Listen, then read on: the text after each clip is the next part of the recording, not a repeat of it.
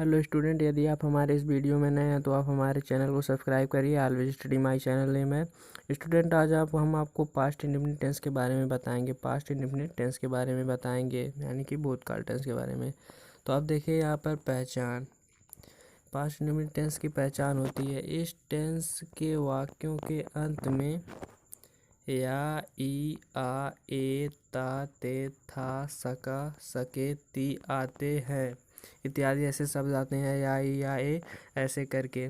Student, आप अक्सर past indefinite tense में बच जाएंगे। यदि आप अच्छे से नहीं पढ़ेंगे तो पास्ट इंडेफिनिट टेंस में ही बच जाएंगे। यदि आप इस वीडियो को अच्छे से आप देख ले, पास्ट इंडेफिनिट टेंस को पढ़ लें तो आप इसमें लोगों को बजा सकते हैं। आप पास्ट इंडेफिनिट टेंस में ही लोगों को बजा सकते हैं।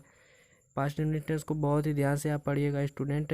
इसमें बहुत सी इंपॉर्टेंट चीज़ें होती हैं, कुछ रूल्स होते हैं जो सभी लोगों को पता नहीं होता है, सभी टीचर्स बताते नहीं है। तो मैं आपको इस वीडियो में बताऊंगा वह हर एक बात, इंपॉर्टेंट बात जो इसमें रूल्स है, जो हर कोई नहीं बताता, वही मैं इसमें बताऊंगा पास्ट इंडेफिनिट टेंस के बारे में।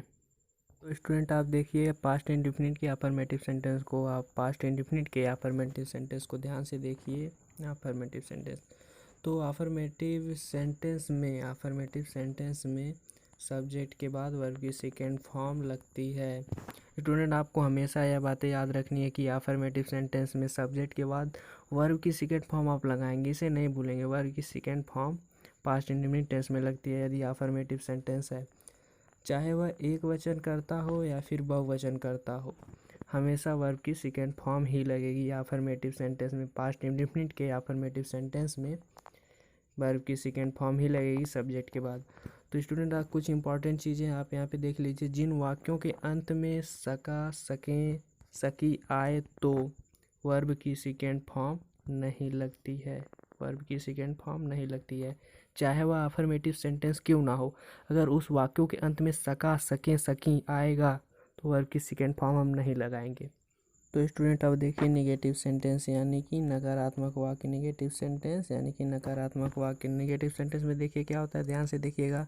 जहाँ पे डिड का प्रयोग होगा, वहाँ वर्ब की सेकेंड फॉर्म नहीं लगाएंगे। यह बात ध्यान रखिएगा, आप इस बात को अपने माइंड में एकदम क्लोज कर लीजिएगा, ध्यान से सुनिएगा।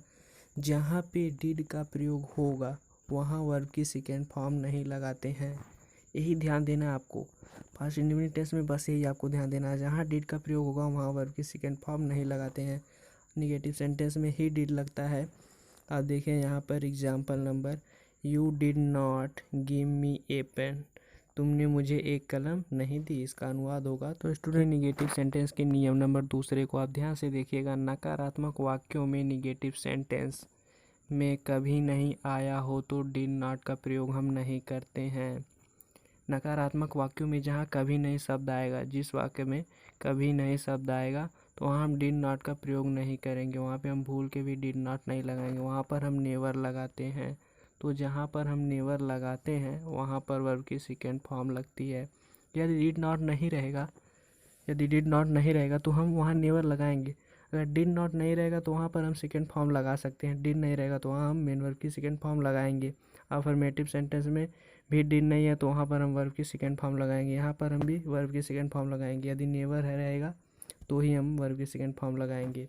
और भले से ही नकारात्मक वाक्य हो तो क्या हुआ, यदि नेवर रहेगा, डिड नॉट नहीं रहेगा, केवल नेवर रहेगा तो वहाँ पे हम मेन वर्ब की सेकेंड फॉर्म लगाएंगे। ओके गाइस, अब ध्यान से देखिए पास्ट इंडेफिनिट सेंटेंस के इंट्रोगेटिव सेंटेंस को। पास्ट इंडेफिनिट टेंस के इंट्रोगेटिव सेंटेंस को देखिए। पहला नियम है इंट्रोगेटिव का, यदि क्या शब्द वाक्य के प्रारंभ में हो तो did plus subject plus main verb की फर्स्ट फॉर्म प्लस ऑब्जेक्ट। हमने आपको पहले ही बता दिया, जहाँ पर डिड रहेगा वहाँ पे मेन वर्ब की सेकेंड फॉर्म नहीं लगाएंगे। तो देखिए यहाँ पर डिड है ना, इसलिए मेन वर्ब की फर्स्ट फॉर्म ही लगेगी। तो आप देखिए नियम दूसरा, यदि प्रश्नवाचक शब्द बीच में हो तो पहले उसकी अंग्रेजी लिखते हैं। यहाँ पे देखिए WH type plus did plus subject plus main verb की first form plus object plus question mark. अब ध्यान से इसे समझिए। यदि प्रश्नवाचक शब्द बीच में हो तो पहले उसकी अंग्रेजी लिखेंगे। जैसे मान लीजिए कौन है तो पहले हम कौन की अंग्रेजी लिखेंगे, क्यों है तो हम क्यों की अंग्रेजी लिखेंगे, क्या है तो हम क्या की अंग्रेजी पहले लिखेंगे, फिर डिड लगाएंगे, तब सब्जेक्ट, तब मेन वर्ब की first form plus object plus question mark.